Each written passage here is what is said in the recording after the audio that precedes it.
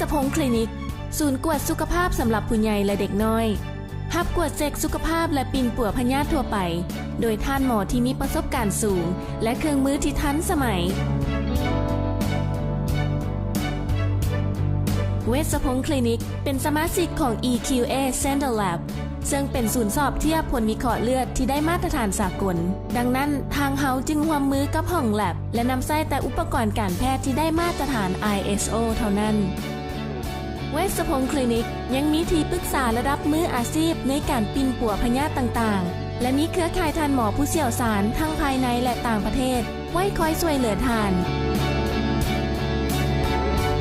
พร้อมทั้งใช้ระบบเก็บกำข้อมูลที่ทันสมัยสามารถส่งต่อข้อมูลคนเจ็บให้ห้องหมอทันทีในกรณีฉุกเฉิน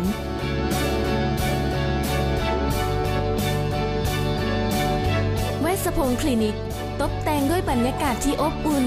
สะอาดงามตาถูกลักอนามัยเพื่อให้ผู้มาใช้บริการรู้สึกผ่อนคลายกับการมากวดและปิ่นปั่วสุขภาพ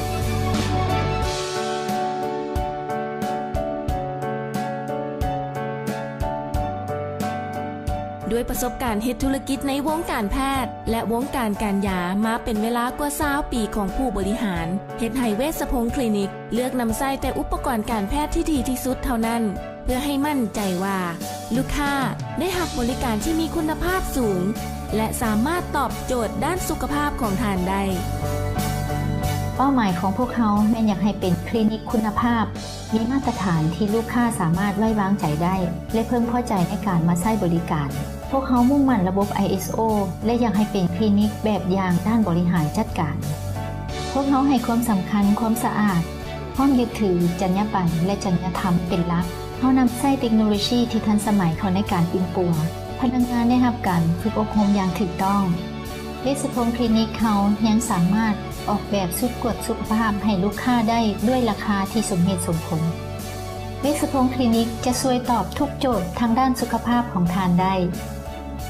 เวชพงศ์คลินิกตั้งอยู่ถนนศรีสวัสดิ์เมืองจันทบุรีนครหลวงเวียงจันทร์เปิดให้บริการแล้วทุกวันจันทร์ถึงวันเสาร์ตั้งแต่เวลา 8:00 น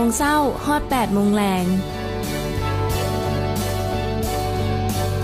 ฝากสุขภาพของท่านไว้กับพวกเราเวชพงศ์คลินิก because we care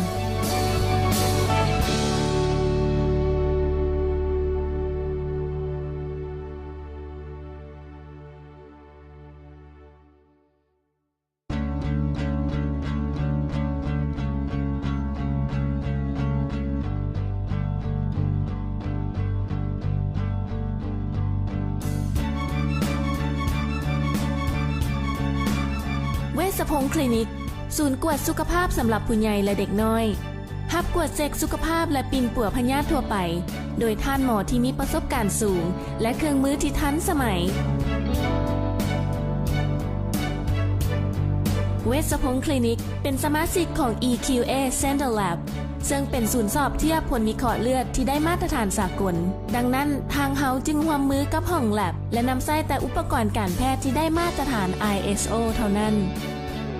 เวชพงศ์คลินิกยังมีที่ปรึกษาระดับมืออาชีพในการปิ่นปั่วพยาธิต่างๆและมีเครือข่ายทานหมอผู้เชี่ยวชาญทั้งภายในและต่างประเทศไว้คอยช่วยเหลือทานพร้อมทั้งใช้ระบบเก็บกำข้อมูลที่ทันสมัยสามารถส่งต่อข้อมูลคนเจ็บให้ห้องหมอทันทีในกรณีฉุกเฉิน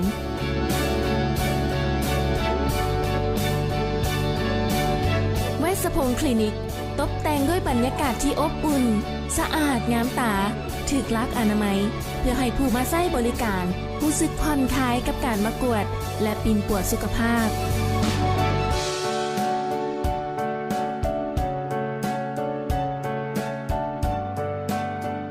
ด้วยประสบการณ์เฮ็ดธุรกิจในวงการแพทย์และวงการการยามาเป็นเวลากว่า20 ปีของผู้บริหารเฮ็ดให้เวชพงศ์คลินิกเลือกนำใช้แต่อุปกรณ์การแพทย์ที่ดีที่สุดเท่านั้นเพื่อให้มั่นใจว่า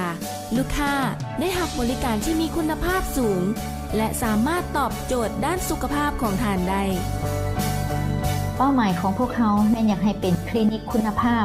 มีมาตรฐานที่ลูกค้าสามารถไว้วางใจได้และเพิ่มพอใจในการมาใช้บริการพวกเขามุ่งมั่นระบบ ISO และอยากให้เป็นคลินิกแบบอย่างด้านบริหารจัดการพ พวกเขาให้ความสำคัญความสะอาดพร้อมยึดถือจรรยาบรรณและจริยธรรมเป็นหลักเขานำใช้เทคโนโลยีที่ทันสมัยเข้าในการปิ้งปัวพนักงานได้รับการฝึกอบรมอย่างถูกต้องเวชพงศ์คลินิกเขายังสามารถออกแบบชุดตรวจสุขภาพให้ลูกค้าได้ด้วยราคาที่สมเหตุสมผลเวชพงศ์คลินิกจะช่วยตอบทุกโจทย์ทางด้านสุขภาพของทานได้เวชพงศ์คลินิกตั้งอยู่ถนนศรีสวัสดิ์เมืองจันทบุรีนครหลวงเวียงจันทร์เปิดให้บริการแล้วทุกวันจันทร์ถึงวันเสาร์ตั้งแต่เวลา 8 โมงเช้าฮอด 8 โมงแลงฝากสุขภาพของทานไว้กับพวกเขาเวชพงศ์คลินิก because we care